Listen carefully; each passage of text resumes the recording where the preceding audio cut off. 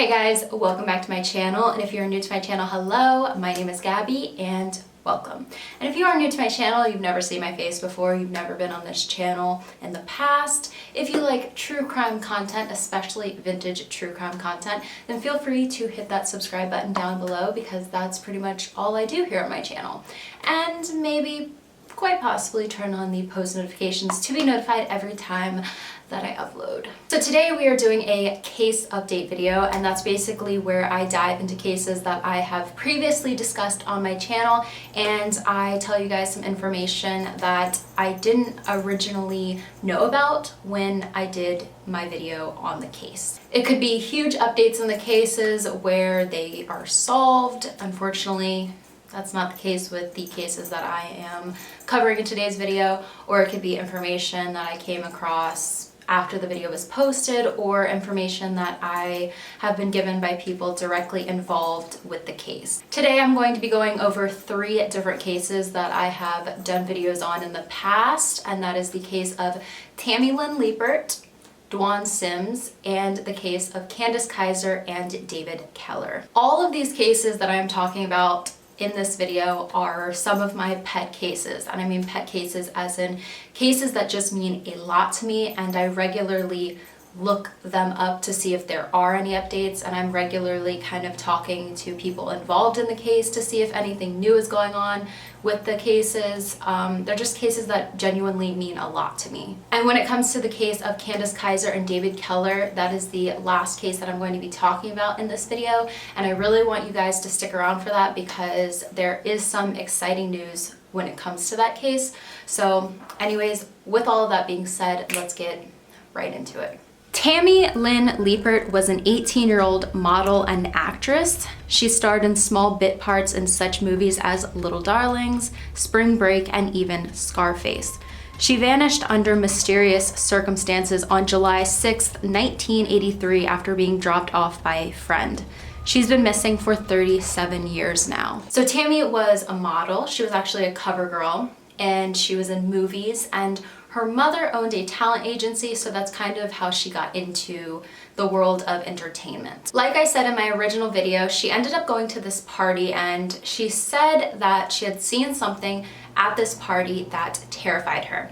After she went to this party, she was not the same. She was afraid to eat, she was afraid to drink, she was afraid to really go anywhere by herself. She was a completely different person. She was absolutely paranoid. Paranoid is the perfect word to describe how Tammy was after this party. Tammy ended up going to a psychiatric ward, and she stayed for the normal 72 hours there, and they released her saying that she was fine, that she was acting normal. It didn't seem like she had any episodes of schizophrenia while she was there. They said that she was okay to go home.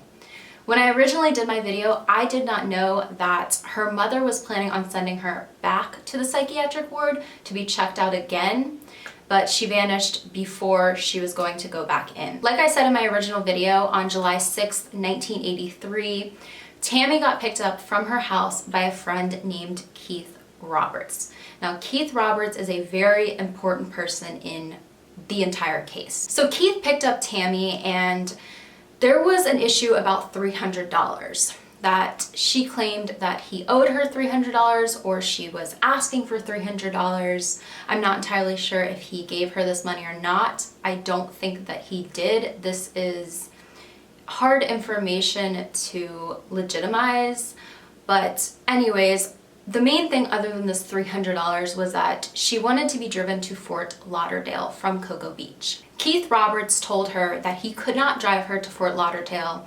There was some sort of an argument. She got very annoyed that he couldn't drive her, and she basically just hopped out of the vehicle. After getting out of the vehicle, she made from a payphone a call to her aunt, another call to her aunt where she left a message, and then she made a call to her friend who owned a video store. She called her aunt at her aunt's place of work, the business that her aunt owned, and Tammy was very close with her aunt, and her aunt was out of town. So I'm not entirely sure her being this close to her aunt how she didn't know that her aunt was actually out of town at this time and wouldn't be able to answer the phone call. But Tammy left a message after the second call, and this message was just very vague. Other than calling her aunt, she called her friend Ron's video store, and he was not in the store at the time to answer the phone call. But when it comes to Ron, after she disappeared, he said that Tammy multiple times had alluded to wanting to run away. But when it came to Tammy's aunt, she said that Tammy and her mother were very close and that Tammy, not in a million years, would ever run away. But Ron completely went against that and said that Tammy was not happy in her life and that she definitely wanted to move out of the state and start a new life. Somebody who also agreed with Ron's statement was Keith Roberts himself, the last person to have ever supposedly seen Tammy. Now, Keith, on 2 separate occasions, was supposed to be interviewed by police, and he just didn't show up, which, of course, looks a little suspicious. When they finally did talk to Keith, he said that Tammy was unhappy at home and that he could see her running away. But when they questioned Tammy's mother said that Tammy acted afraid of Keith, which to me is a little bit odd, because if somebody was afraid of another individual, why would they call them to be picked up unless she just really believed that Keith would be one of the only people to drive her to Fort Lauderdale, and then when he didn't and he didn't give her the $300, she just hopped out of the car in anger and something else happened. When I originally did my video on Tammy's case, there was a lot of things about Keith Roberts that I did not know about, or I 100% would have put in my original video. One of the main things is that Keith Roberts went on to marry a woman named Terry Lynn. Could just be a coincidence, but that's quite similar to the name Tammy Lynn, of course. But that's not the part I want to talk about. Other than marrying this woman with a very similar name to a friend of his that went missing, he was also arrested for domestic violence against Terry Lynn. Terry Lynn told authorities that during an argument one time with Keith, that Keith had allegedly told her, "You're going to end up just like Tammy." Now, I cannot tell you if that 100% happened or not, but that's what Terry said that he said to her. Now, we do know that Tammy had made these phone calls after being dropped off by Keith, but who is to say that he did not come back and get her, or come back and look for her and pick her back up, and then something went on from there. I cannot say that this happened or not. Of course, nobody knows, but all of this is just too strange. Next, we are going to talk a little bit about a serial killer who many think may have been involved in Tammy's disappearance, and this was Christopher Bernard Wilder, who was better known as the Beauty Queen Killer. Now, Christopher Bernard Wilder was originally from Australia, and then he was living in the 80s in Florida. And when Linda, which is Tammy's mother, saw a picture of Christopher Bernard Wilder, she said that he had visited her talent agency on multiple occasions searching for models in 1983. She said if it wasn't him, it was somebody who looked exactly like him. It could have been his twin. Linda Curtis was quoted saying, "He had some contact with Tammy. Tammy worked part-time for me. He talked to her. She was his contact." Now, Christopher Bernard Wilder's main killings began a year after Tammy went missing, but there is some speculation that he may have been involved in the case of Mary Opitz, which happened in Fort Myers, Florida in 1981. Mary Opitz was a murder victim, and it is suspected that she is one of Christopher Bernard Wilder's victims as well, even though her case occurred a few years earlier than his main murders took place. Tammy's mother believed that Christopher Bernard Wilder may have been involved in some way. She wasn't entirely sure if he was responsible,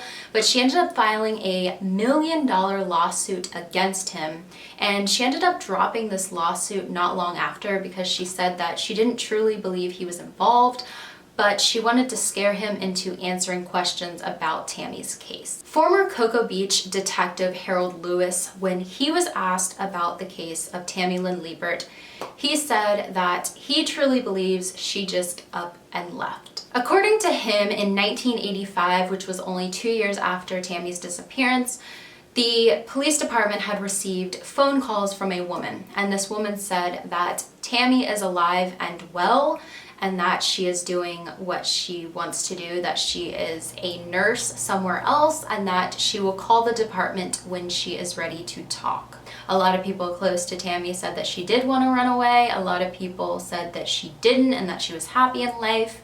Unless you are Tammy herself, you don't know what she was entirely thinking at that time. I just do have to say that as a researcher on this case and somebody who has spent countless hours looking into all the information that has to do with the case of Tammy Lynn Leppert and her disappearance, there's just too many strange things when it comes to Keith Roberts. Keith Roberts has never properly sat down with police and just had a tell-all. He has answered quite a bit of their questions. Now in today's time, he hasn't been questioned by police in so many years when it comes to this case, but when it comes to him, he just says that he has answered all of their questions and he has nothing else to say about it. Even though there's so many things that make Keith Roberts look a little suspicious, he's never been a legitimate suspect in her disappearance. If there are any updates in this case in the future, I will do a part 3. I really hope that eventually this case can be solved because I truly believe that there is somebody out there who knows what happened to Tammy Lynn Leppert. DWan Sims was a 4-year-old little boy who went missing from the Wonderland Mall in Livonia, Michigan on December 11th, 1994. His mother, Dwana, said he vanished while they were Christmas shopping. DWan has been missing for 25 years. So when I originally covered the case of DWan Sims, which is a case that is so insanely important to me, I can't even begin to explain how much I have put into trying to find out as much about this case as I possibly can. When I originally posted my video, it was a few months after I ended up getting an email to my business email. And it was thanking me for my video and basically saying that we are really nowhere closer to solving this case. And I was like, okay. And then I read who it was from, and the email was from Randy Pfeiffer. If you don't know, Randy Pfeiffer was the original security guard who Dwana went to in the mall when her son was missing. So I spoke a little bit back and forth with Randy. He was very helpful, and he basically said that if there's any updates in the case that he will let me know, and he would love for me to do a part 2 eventually if anything is found out about the case of DWan Sims. Now last year in 2019, a man came forward, and this was all over the internet, a man named Mike Cash. He said that he remembers very little from his childhood, and he had a picture of himself when he was younger. He thought that he may possibly be DWan Sims, and I received so many messages from my subscribers saying, have you heard this? Like, you have to look into this. And I immediately dove into every single article online, and I was just so excited that somebody was coming forward thinking they could be this little boy, and the pictures of him when he was little and the pictures of DWan Sims, they looked quite similar. There was a lot of similar features, and they were working on doing a DNA test. This was back in December of 2019, last year. Months and months and months and months went by, and I have gotten so many comments from you all saying, you know, have you heard anything? There hasn't been any new articles. Like, what's going on? Did they ever find out if Mike Cash is actually DWan Sims?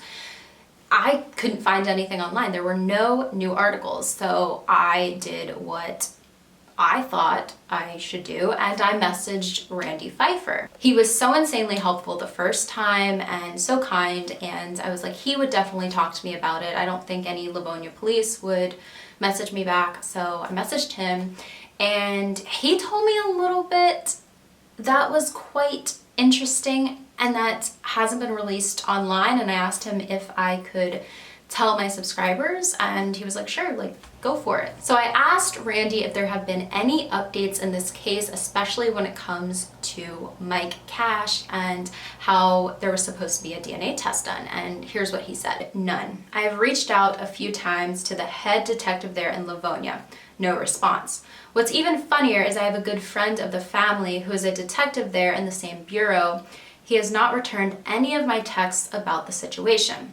One thing you may find very interesting is the fact that I talked to Mike Cash about 7 years ago when he was claiming the exact same thing. I forwarded all the information to the Livonia police at the time and nothing came of it. They never called him, never contacted. As unlikely as it would be if he actually does turn out to be DWan, I handed that case to them on a silver platter 7 years ago. Personally, I do not think it is him. I also have friends who have a pretty popular podcast here in Detroit and gave them the mother's phone number, and they called her and got a hold of her on the air. She was less than happy to talk to them, basically told them that they were crazy. So this at the time in 2019 was new information to me about Mike Cash, thinking that he was DWan Sims. I think that Mike Cash had good intentions. I think that he really truly believed that he could be DWan Sims. I don't think this was just him wanting to be malicious at all. But the crazy thing is that 7-8 years ago, Mike Cash thought the exact same thing and nothing was done about it. Police kind of sat on that information for years when a DNA test could have been done all those years ago. I asked Randy about reaching out to Mike Cash and he said he has reached out to him and no response. I reached out to Mike Cash myself. He did not look at my message, so he didn't reply. It is very strange to me that this was so publicized, that this man thought he could have been DWan Sims, and pretty much all of the articles said that they were going to be working on doing a DNA test and that it would take about 3 to 4 months, and then 3 to 4 months went by, 5 months, 6 months, 7 months, 8 months, and nothing else has been said about it. It kind of just leaves everybody wondering what happened. It's just a complete cliffhanger in this case. So that is pretty much all of the information about the case of DWan Sims that I have for you guys. It's not a lot, but I know so many people have been asking about the update in the case that happened last year and how nothing else has been said about it, and that's pretty much it, because somebody directly involved in the case can't even find out information about what's going on. Candis Kyser and David Keller were shot in their trailer on May 8th, 1999 after a get-together at Candis's parents' home for Mother's Day weekend. No gun was found at the crime scene, and their 2-year-old daughter, Kayla, was found alive in the trailer, roaming around the home. The murder has been unsolved for 21 years now. Now, the case of Candis Kyser and David Keller is one that I care about so much, and I have honestly been doing everything that I can as just a researcher, just a YouTuber, to try to help this family because they have been through it all. Now, the main person that I spoke to about this case was Regina, and that is Candis's aunt, which is her mother's sister. And Regina, sweetest woman, she helped me so much with my research, and she told me a little bit of information after I posted my video that she didn't know about when we were originally talking. In my original video, one of the main aspects of the case that I talked about was how there was a cigarette butt and a beer bottle outside. Now, Candis's mother never saw the cigarette butt and beer bottle, but she saw a picture of it that police had taken, and then they confiscated the items and put them in storage. Regina thought that the items had been found outside, when in actuality, and this is so much crazier, that the cigarette butt and the beer bottle were inside the home. And the cigarette butt had actually burned a hole in the carpet. When it comes to Candis and David, they did smoke cigarettes, but they never smoked inside, and they never smoked around their daughter, Kayla. They were not extremely addicted to it. It was just something that they did occasionally. And this cigarette was not the same brand of cigarette that they smoked. The main thing that is so upsetting about this case is that police would not take this case seriously. There were so many aspects of it that were strange and did not add up to a murder-suicide, which is what they wanted to write it off as. I just thoroughly want to know how you can write something off as a murder-suicide when it was done by a gun and there was no gun found in the home. I told you in my original video that Candis's mother was being pressured by authorities to write off the deaths of Candis and David as a murder-suicide. Now, I did not mention, because I didn't know this at the time, that other than a murder-suicide, they were also pushing Candis's mother that if she wasn't going to write it off as a murder-suicide, that she needed to pin it on Ryan.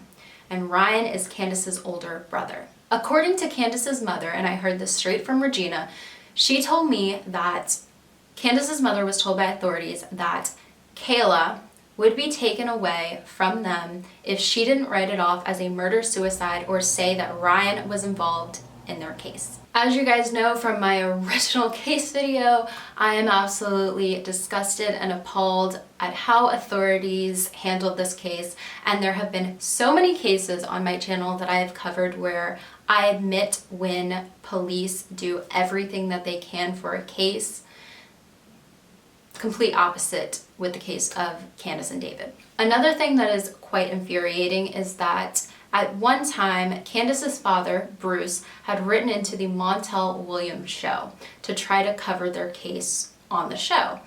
And Montel Williams was going to cover the case of Candis Kyser and David Keller in an episode, and police stepped in and prevented that from happening because they literally just wanted to sweep this case under the rug. When it comes to theories that I include in my case videos, I'm very particular about theories that I share because theories can have a domino effect, and sometimes it can be detrimental to a case to share a certain theory and then the ball gets rolling on it and it can just be blown out of proportion. One theory that I have to discuss in this video, because it was one that was brought up so much after I posted my original video, and that is that because police handled their case so improperly that possibly it was somebody in the police department involved or somebody who was a family member of one of the police officers or detectives on the case. And that very well could be. In my original video, I also talked about how some very expensive machinery had been stolen from David's place of work not long before the incident. And this is very coincidental and very suspicious, of course, but other than that, I also found out that somebody that David had worked with not long before the incident happened with David and Candis, that a drive-by actually happened, a drive-by shooting, and their house was shot at. And I find that very strange that not only was there this drive-by shooting that happened with somebody who worked at David's place of work, and then also this huge theft that happened, and then of course what happened with David and Candis. It's very coincidental. I don't want to say too coincidental, but it is very, very coincidental. Could it have been somebody involved in the police department? Could it have been somebody who was targeting David or people that worked at David's place of work? All of these theories seem quite plausible. A lot of Candis and David's items were confiscated and never given back to the family. Like I stated in my original video, Candis's mother had a notebook that she kept a lot of information about Candis and David in and everything surrounding the case. That was confiscated, never given back, which is a little bit understandable because that would have been something that they could dive into and see a little bit more about the case and Candis and David themselves. I kind of understand that a little bit, even though I don't necessarily agree with it. I do understand it because it has something to do with the case, but police also confiscated a lot of personal items, such as a camera that had a lot of Easter pictures in them, and they never gave these back to the family. These were pictures that would have been very special to Candis and David's family because they were some of the last really good photos taken of Candis and David before the murder took place. The main little update in this case that I really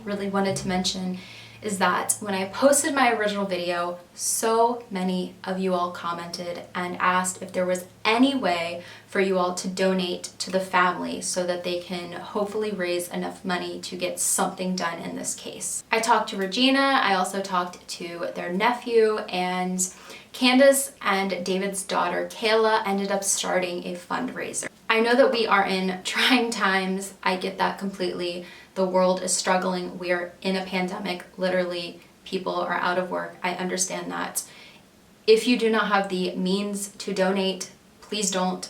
Please don't feel like I am pressuring you to. But this family started this fundraiser to hopefully afford a private investigator one day to look into Candis and David's case. If you can help in any way, even just sharing or donating $1 or $2 or anything, it would mean so much to this family, because the goal is $10,000 and we're a little bit under $200, and I would love to see something else done to help this case. I donated a little bit myself, and a lot of my subscribers have already, from Twitter when I posted about it and here on the community page on YouTube. I know some of you guys have donated and they appreciate it so much. I appreciate it. Thank you, thank you, thank you. The fundraiser will be down below in the description of this video. Like I said, do not feel pressured to, but if you can donate anything to help this case, or even share it, just share it on Facebook or anything to just get it spread around, it would mean so much. So those are all of the updates that I have for you all in today's video. I hope that pretty soon I can do another update video and hopefully cover some cases that I have previously talked about that are solved. I hope more of these cases get solved very soon or have huge breakthroughs in some way. Like always, if there's any cases that you want me to cover on my channel that are 20 years or older, definitely put those down below in the comments. And of course, write some sweet comments to the family members, because you never know who may come across this video. And with all that being said, I will see you guys in my next video. Bye guys.